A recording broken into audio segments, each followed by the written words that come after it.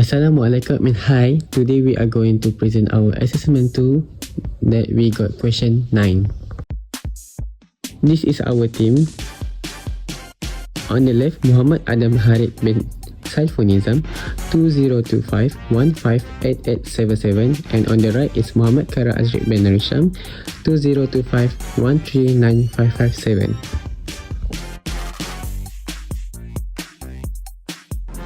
Question 9. Let x1, x2, xn be a random sample from the following probability density function. Fx equal to x theta to the power of 4, x exponent to the power of negative x theta squared over 2 divided by 4, and x greater than 0. So question A is find the moment generative function for x. So the solution for question A is we start with the moment generative function of a random variable. This means we take the expected value. For a continuous random variable, etx becomes an integral. Write etx as an integral. From the question, the probability density function is etx times x theta to the power of 4 e to the power of negative x theta squared over 2 divided by 4. So we substitute the PDF into the formula and we group the exponential parts together. So the integral become theta to the power of 4 divided by 4 x exponent to the power of tx minus x theta squared over 2, and we factorize the x.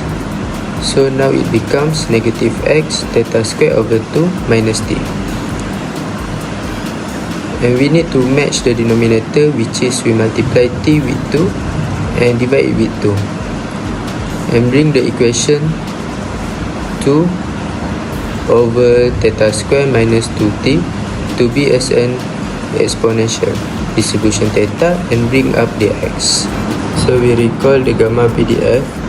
We rewrite constants to match the gamma form. The constants are rearranged so the denominator becomes gamma 2 over theta square to the power of 2. So we multiply denominator and denominator with theta square over theta square minus 2t to the power of 2. So it will becomes theta square over theta square minus 2t to the power of 2, gamma 2 over theta square over theta square minus 2t to the power of 2, x exponent to the power of negative x divided by 2 over theta square minus 2t.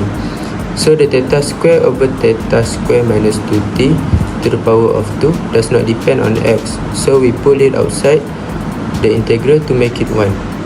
So from that we get the final answer, which is theta square over theta square minus 2 to the power of 2.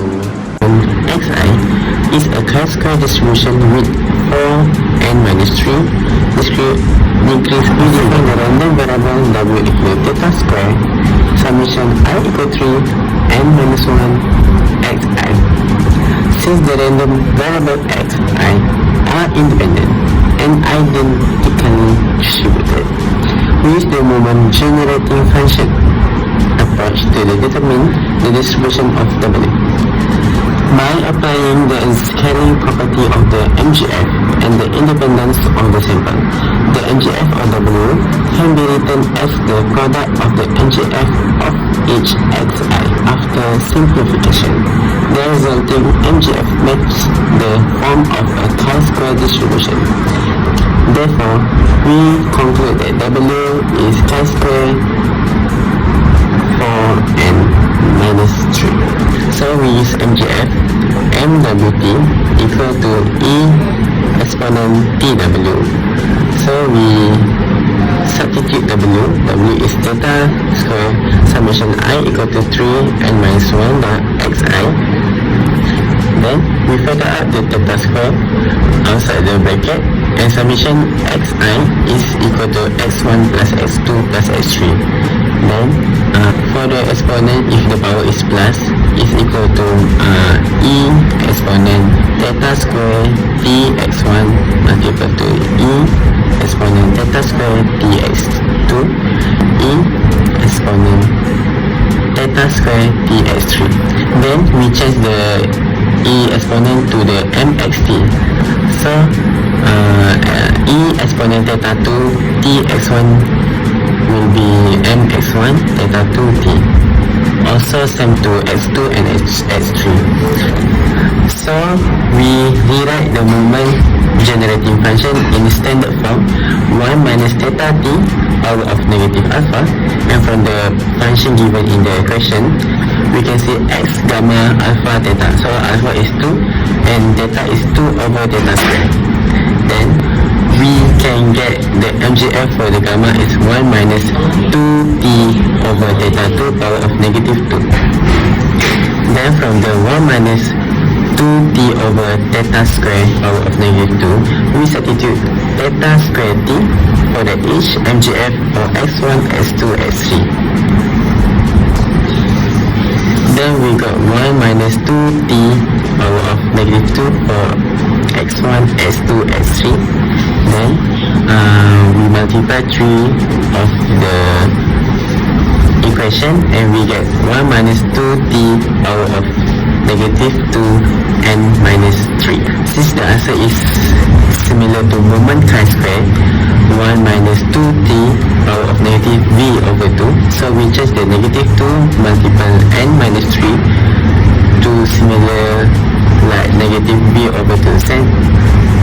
Then we got 1 minus 2t power of negative 4 multiple n minus 3 over 2. So we get w is chi-square with a degree of freedom 4 multiple n minus 3. C is construct a 100% 1 minus alpha confidence interval for theta. So solution for question C, we use formula from estimation of variance. So P chi-square 1 minus alpha over 2 for n minus 3 less or equal w less or equal chi-square alpha over 2 for n minus 3 equal to 1 minus alpha. The degree of freedom is 4n minus 3. And we need to change the w to theta square summation of xi. After that, we need to isolate the theta. And the final answer is P square root chi-square 1 minus alpha over 2 for n minus 3 divided by summation of xi less or equal theta less or equal square root chi-square alpha over 2 for n minus 3 divided by summation of xi equal to 1 minus alpha. Therefore, 100% 1 minus alpha confidence interval for theta is square root chi-square 1 minus alpha over 2 for n minus 3 divided by summation of xi less or equal theta less or equal square root of chi-square alpha over 2 for n minus 3 divided by summation of xi. Next, for the last question is question D. If n equal to 15 and summation I equal to 3, n equal to 14, n minus 1 equal to 14, xi over n minus 3 equal to 20, find a 95% confidence interval for the summation I equal to 3 and n minus 1 equal to 4, xi over n minus 3 equal to 20. We brought the n negative 3 to right side and multiply with 20, so 20 multiplied to 15 minus 3 since n is equal to 15, so 20 minus 2 12 equal to 240. Then for the 95% confidence interval for theta, we use formula we get from question C. Alpha is 0.05 and n equal to 15. So 1 minus 0.05 over 2 is 0.975 and 0.05 over 2 is 0.025.